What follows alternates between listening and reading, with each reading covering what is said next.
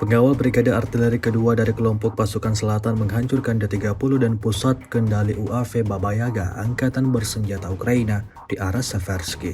Rekamannya ramai beredar di media sosial Telegram pada Sabtu 10 Agustus 2024. Setelah memasuki tahun ketiga invasi, Rusia dan Ukraina tampaknya belum menunjukkan tanda-tanda akan segera berdamai.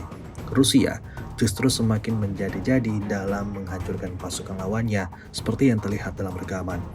Ledakan dahsyat terjadi di posisi Angkatan Bersenjata Ukraina berulang kali. Video ini viral dan menuai beragam respon dari warganet.